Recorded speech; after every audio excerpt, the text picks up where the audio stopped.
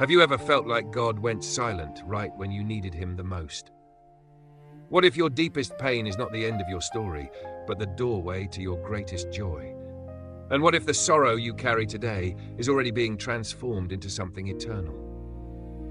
There was a moment, quiet yet heavy, when the disciples of Jesus sat in confusion. They had walked with him, listened to his voice, witnessed miracles beyond imagination. They believed they were part of something unstoppable. Yet suddenly, Jesus began to speak words that unsettled their hearts. He told them that in a little while they would not see him anymore, and then, after another little while, they would see him again. This wasn't easy to understand. Their minds tried to grasp it, but their hearts resisted. How could presence turn into absence? How could joy turn into loss? They had left everything to follow him. Now it sounded like he was leaving them behind. In Gospel of John chapter 16 verses 16 to 33, this moment unfolds like a storm gathering in silence. Jesus knew what was coming. The cross was near. The suffering was inevitable.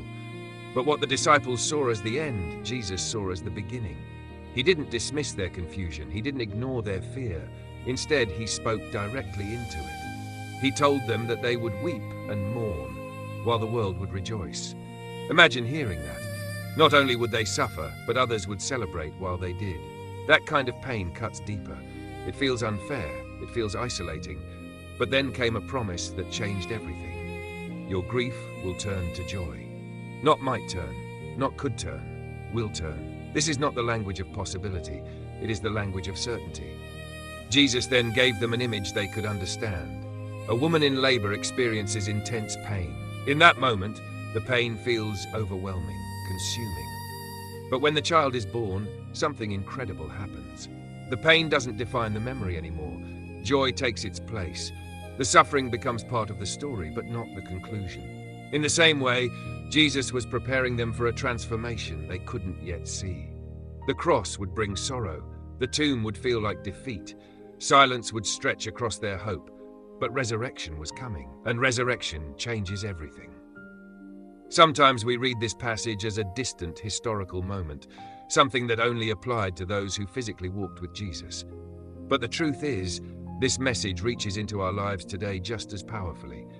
There are seasons where God feels absent, moments where prayers seem unanswered, days when joy feels like a memory rather than a reality.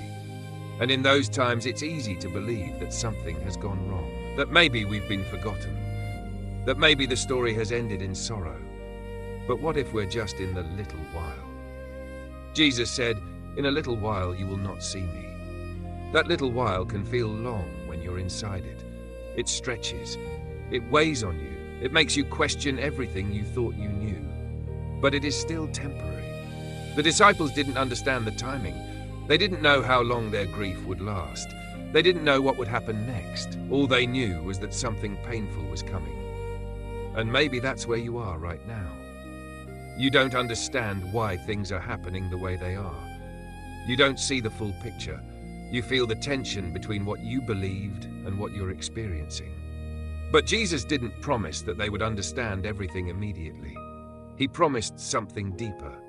He promised joy on the other side of grief. There's a difference between avoiding pain and transforming pain. The world often tells us to escape discomfort, to distract ourselves, to numb what hurts. But Jesus points to something more profound. He doesn't remove the pain in that moment. He redefines its purpose. Grief is not meaningless. Suffering is not wasted. What feels like loss can become the soil where joy begins to grow. When Jesus spoke these words, he was inviting his disciples to trust beyond their understanding, to hold on to hope even when evidence seemed to disappear, to believe that what looked like an ending was actually a transition. And then he said something even more powerful. No one will take away your joy. Think about that. Not circumstances, not loss, not time, not even death.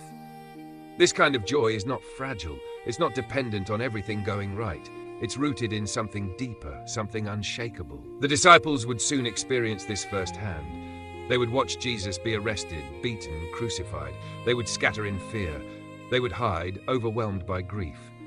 But 3 days later, everything changed. The empty tomb didn't erase their pain. It transformed it. It gave it context. It revealed that what they thought was defeat was actually victory. And when they saw Jesus again, their sorrow turned into something unbreakable. Joy. Not a shallow happiness, but a deep, anchored joy that no circumstance could steal. This is the same promise extended to us. Life will bring moments of grief. That's not a possibility, it's a reality.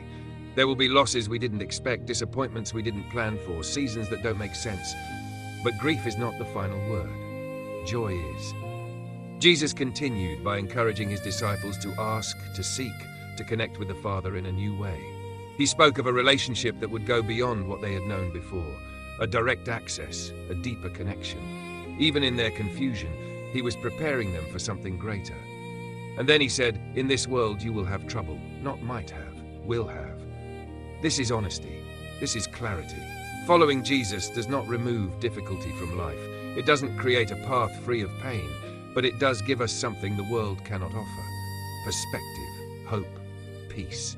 Because right after saying that, he added, "But take heart, I have overcome the world." That changes everything. The grief you feel is real. The pain you carry matters, but it does not have the final authority over your life. There is something greater at work. Sometimes, the hardest part is not the pain itself, but the waiting, the space between promise and fulfillment, the little while where nothing seems to change, but transformation often happens in that space. Roots grow in the dark, seeds break open before they rise, and sometimes what feels like silence is actually preparation. The disciples couldn't see the resurrection when Jesus spoke these words, but it was already set in motion. In the same way, there are things unfolding in your life right now that you cannot yet see. Moments that will make sense later, pain that will be redeemed, grief that will turn into joy. This doesn't mean everything will be easy. It doesn't mean every question will be answered, but it does mean that your story is not ending in sorrow. It means that even in your lowest moment, there is a promise holding you. A promise that what you're feeling now is not permanent. A promise that joy is coming. And not just any joy, but a joy that cannot be taken away. So if you find yourself in a season where things feel unclear, where hope feels distant, where grief feels heavy, remember this. You are not abandoned. You are not forgotten. You are in the little while. And on the other side of it, something greater waiting. Something that will shift your perspective. Something that will make you look back and realize that even in the pain, God was present. Even in the silence, he was working. Even in the sorrow, joy was already on its way. Hold on to that. Because what Jesus spoke then still speaks now. Your grief will turn to joy. Not by your strength, not by your understanding, but by his faithfulness. And when that joy comes, it won't erase your past. It will redefine it. It will show you that what you thought was the end was actually the beginning of something deeper, stronger, and more eternal. Thank you for watching this video. If this message spoke to your heart, don't forget to like, follow the channel, and share this video with someone who might need this reminder today.